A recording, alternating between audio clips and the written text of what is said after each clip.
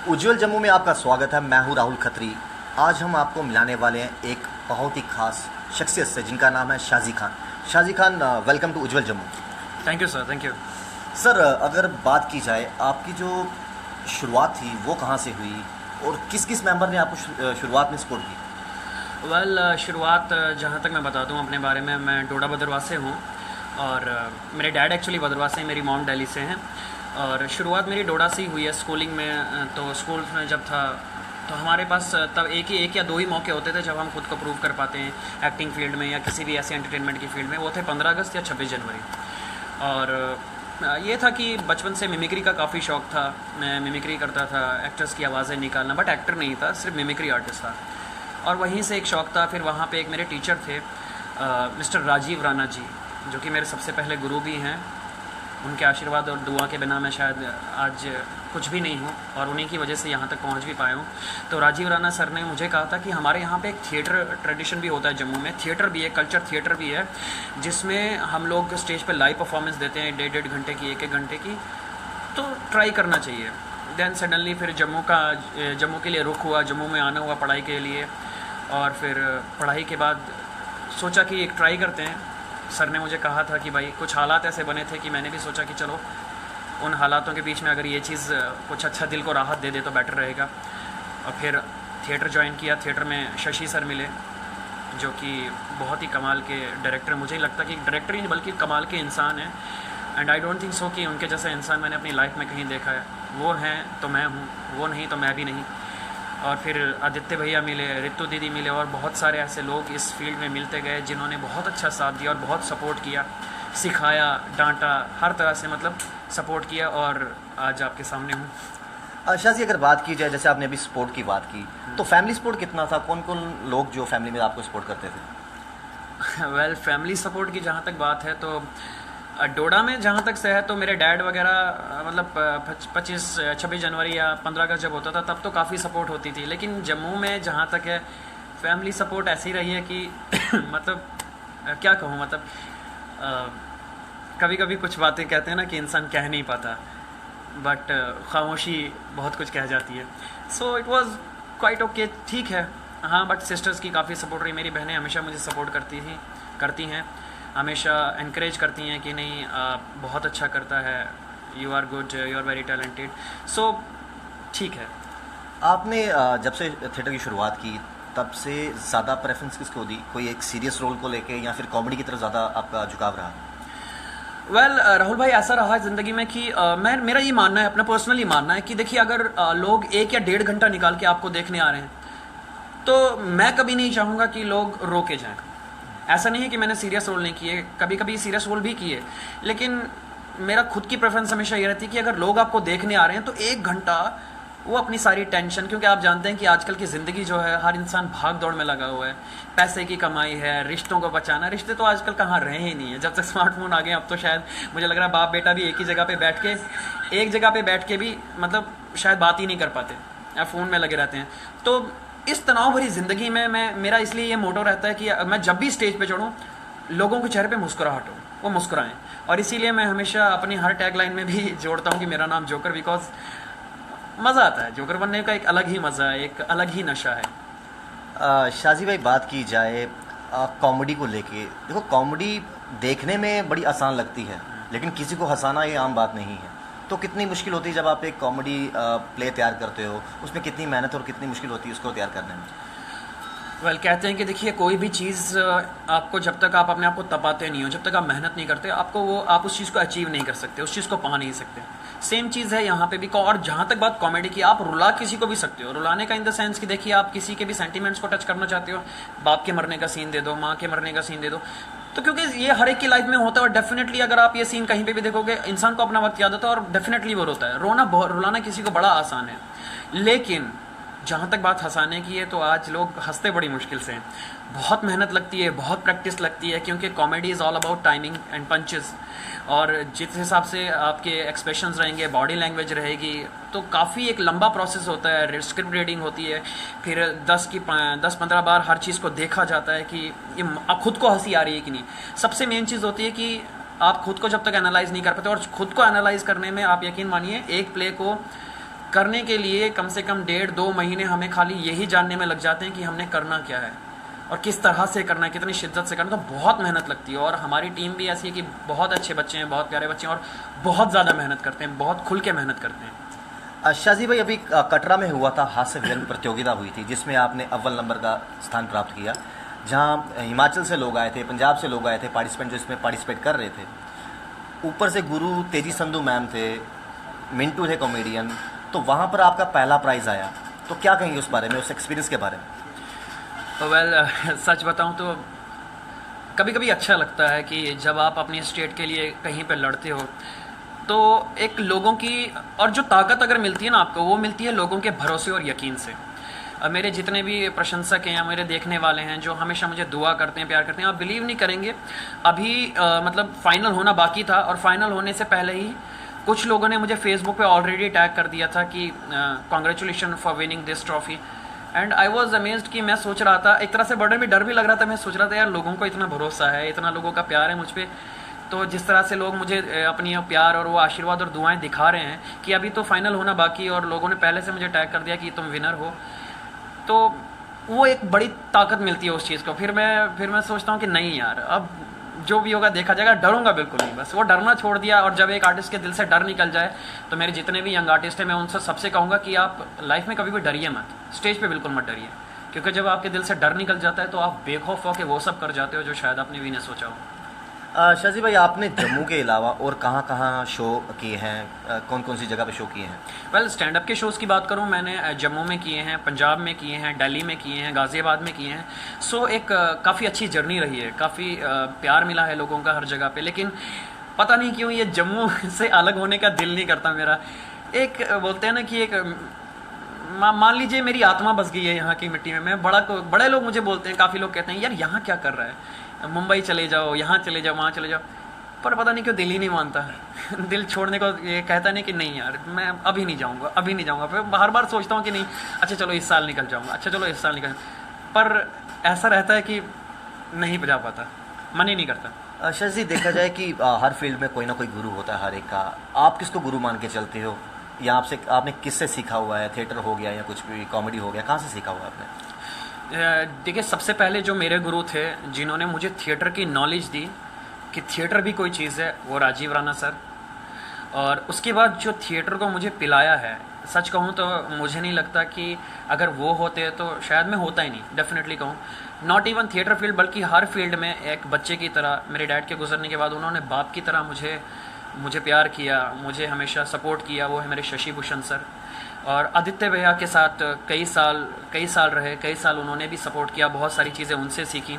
और not even उनसे बल्कि जम्मू का हर एक स्टेज एक्टर, चाहे वो अच्छा है बुरा है कैसा भी है, उससे कुछ ना कुछ सीखने को मिलता ही है। इसलिए जितना और मुझे मेरे गुरु ने हमेशा सिखाया कि बेटा आप कहीं पे भी जाते हो, कुछ भी करते हो, कुछ भी देखते हो, चाहे बुरा देखो चाहे अच्छा देखो, आप सीखना ज़रूर।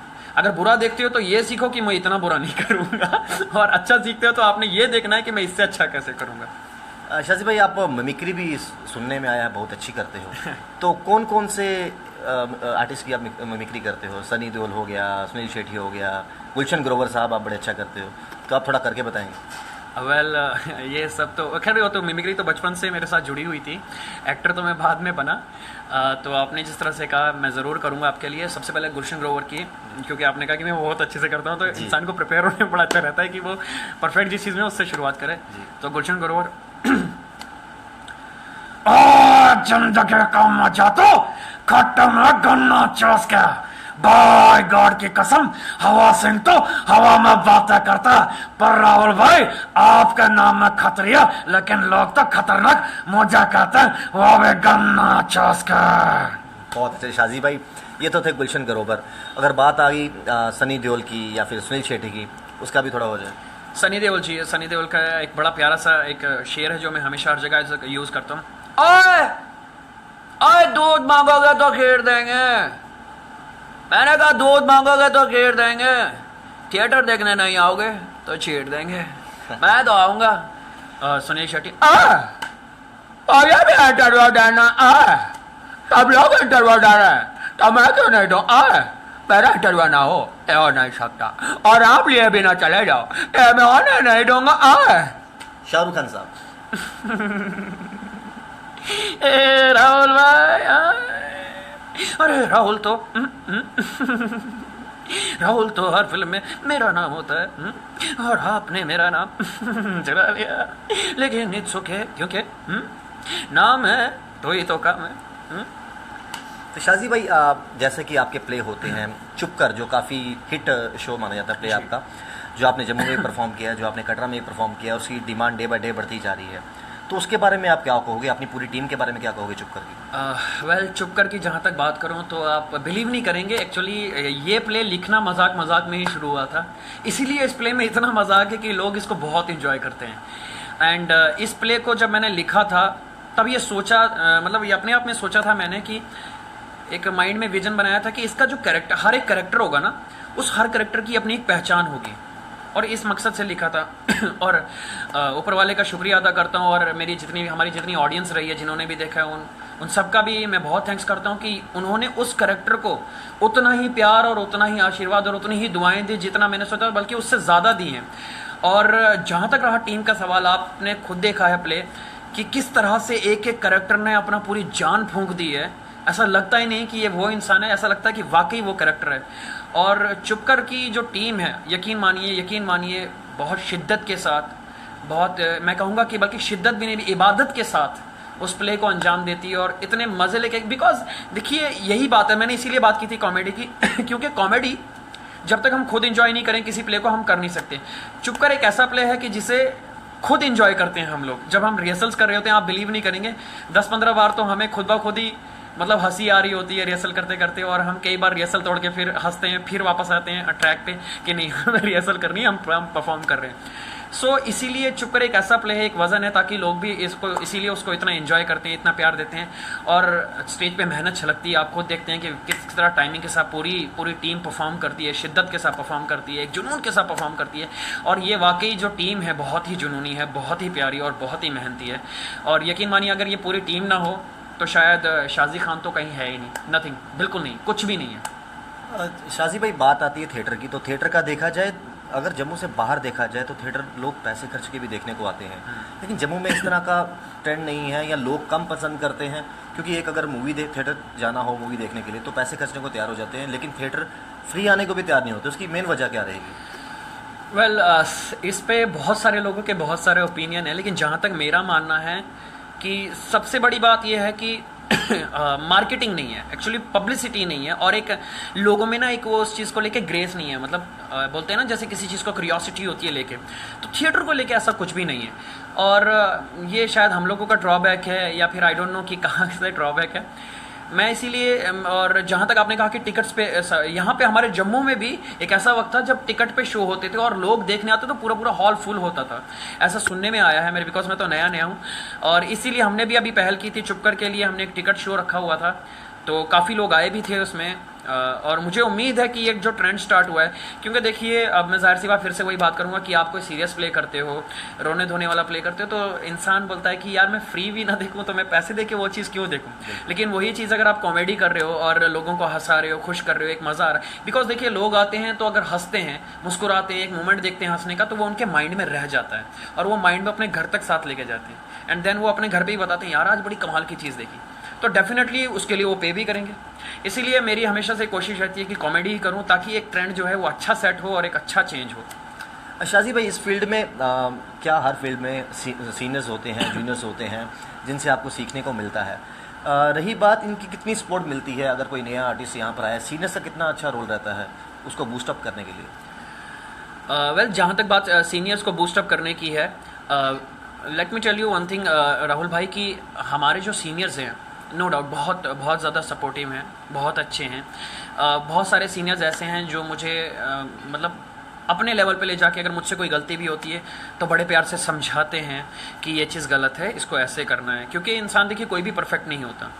और अगर सीनियर्स की हेल्प आपको मिलती है तो डेफिनेटली आपको एक अच्छा बूस्ट मिलता है, और आपको लगता है कि नहीं somebody is showing interest in me, कि कोई आपकी तरफ भी एक अच्छा इंटरेस्ट शो कर रहा है, इट मीन्स कोई चाहता है कि नहीं आप भी कुछ अच्छा करो, अगर कोई गलती हो रही है तो आपको गलत बता रहा है। और बहुत सारे ऐसे सीनियर्स हैं, दिनेश भैया हैं, आदित्य भाई हैं हमारे, उसके बाद अपने मुश्ताक सर हैं, मुश्ताक सर के अपने सुनील भाई हैं, संदीप भाई हैं, विजय भैया हैं, सो बहुत सारे ऐसे सीनियर्स हैं, राज भैया हैं, तो जो हमेशा से बूस्ट करते हैं कि नहीं इससे भी बेटर होगा, एंड और अगर अच्छा किया है तो डेफिनेटली इंकरेज भी करते हैं। विक्रम भैया, हिमांशु भाई बहुत इंकरेज करते हैं, बहुत बूस्ट करते हैं कि नहीं आप अच्छा जा रहे हो, बहुत अच्छा करो, गुड, इस चीज़ को पकड़ के रखो, इस चीज़ को मत छोड़ो, अच्छा इस बार आपने ये किया तो ये छूट गया था लेकिन अगली बार ये चीज़ नहीं छूटी। तो एक अच्छा लगता है, एक अच्छा इंटरेक्शन रहता है सीनियर्स का। और अभी तक मेरा जो इंटरेक्शन मेरे सीनियर्स के साथ है, जो हमारे सीनियर्स थे, बहुत अच्छा रहा और बहुत प्यार दिया उन्होंने भी।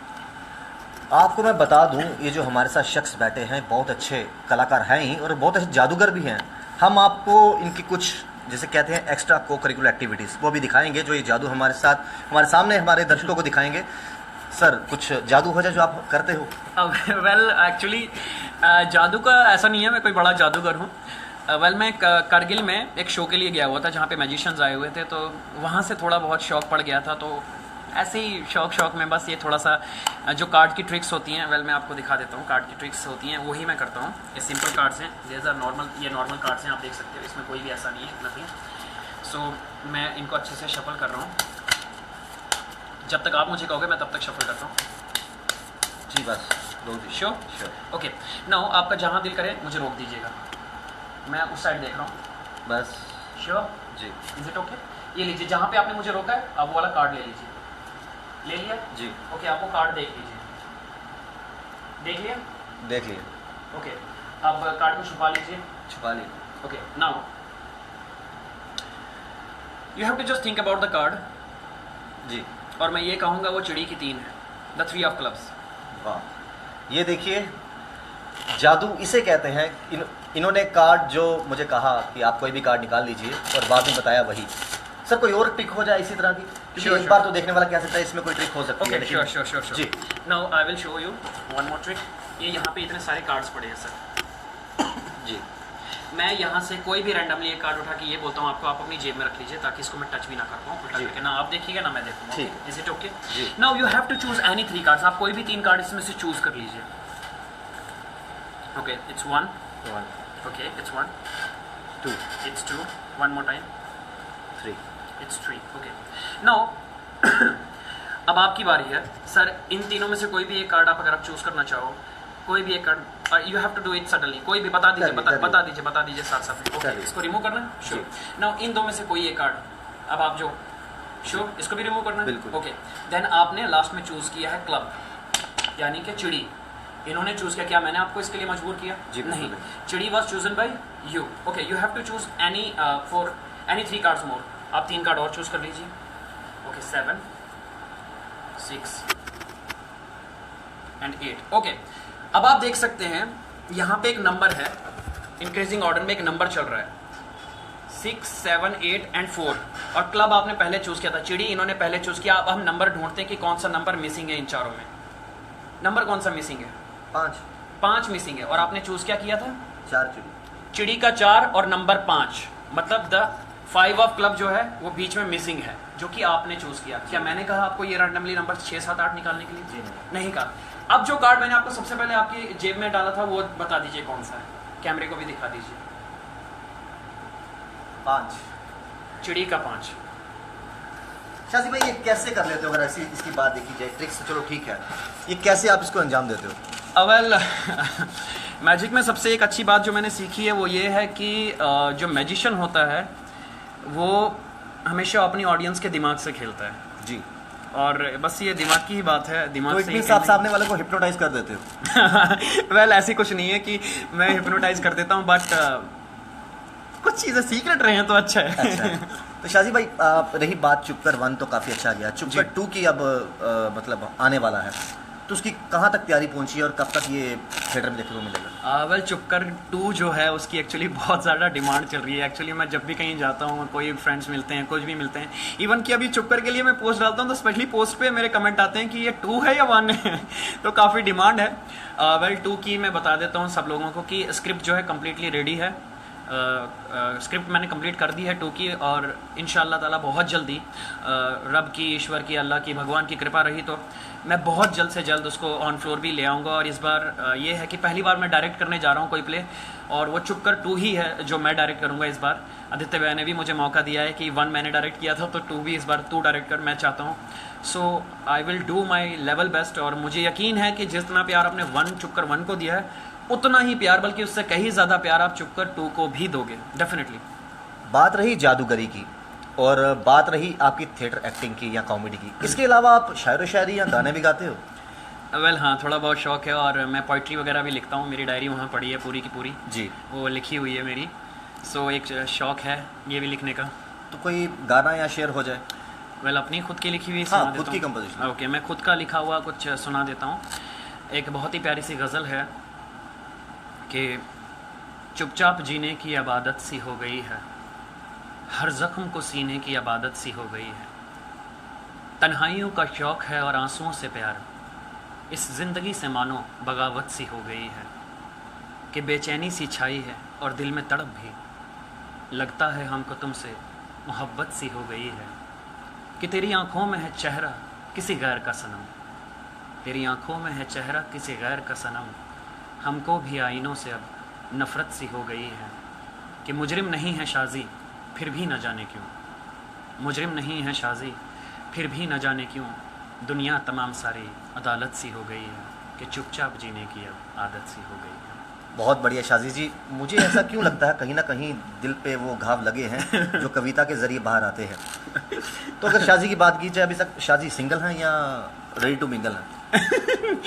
वेल ये ना बड़ा डिप्लोमेटिक सवाल पूछा है, और इसका मैं जवाब भी डिप्लोमेटिक दूंगा कि एक थिएटर आर्टिस्ट कभी सिंगल नहीं होता जी।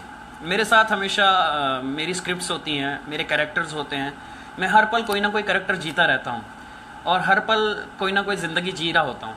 सो सिंगल तो हो ही नहीं सकते। सिंगल तो हो नहीं सकते। तो शाजी जी, जाते जाते हमारे दर्शकों के लिए कोई ऐसी कॉमेडी वाली बात हो जाए जिससे वो भी हंस हंस के पागल हो जाए। वेल मैंने हमेशा दर्शकों को, मतलब मेरे जो ऑडियंस है उनको हंसाया है, तो आज मैं उनको बड़ा एक प्यारा सा मैसेज देना चाहूँगा कि ज़िंदगी को ना आप हर पल को खुल के जियो। ज़िंदगी बहुत वाकई बहुत छोटी है देखा जाए तो। यकीन मानिए कि आज इंसान सुबह होता है शाम को नहीं होता। वो कहते हैं ना, आदमी बुलबुला है पानी का, क्या भरोसा है ज़िंदगानी का। तो मैं तो बस ये कहूँगा कि अपनी ज़िंदगी को इतना खुल के इतना खुल के जियो कि मानो बस ज़िंदगी बस निकलती जा रही है और हमें पकड़ना है उसको किसी भी तरह। और उसके लिए मैं 2 लाइनें भी आप सबके लिए ज़रूर कहना चाहूँगा। मुझे बहुत पसंद है, अक्सर मैं ये गाना सुनता हूँ कि ऐ ज़िंदगी गले लगा ले, ऐ ज़िंदगी गले लगा ले, हमने भी तेरे हर एक गम को गले से लगाया है ना। Thank you very much. So ये थे शाजी, जो कि एक जादूगर हैं, जो कि एक थिएटर आर्टिस्ट हैं, जो कि एक सिंगर है, जो कि एक कविताएं लिखते हैं। इतने मल्टी टैलेंटेड बॉय जो हमारे साथ बैठे हैं, उभरते हुए सितारे जम्मू के, काफ़ी मेहनती हैं। सो उज्जवल जम्मू के अगले अपडेट के लिए आपसे दोबारा मिलेंगे। कैमरामैन संदीप के साथ राहुल खत्री।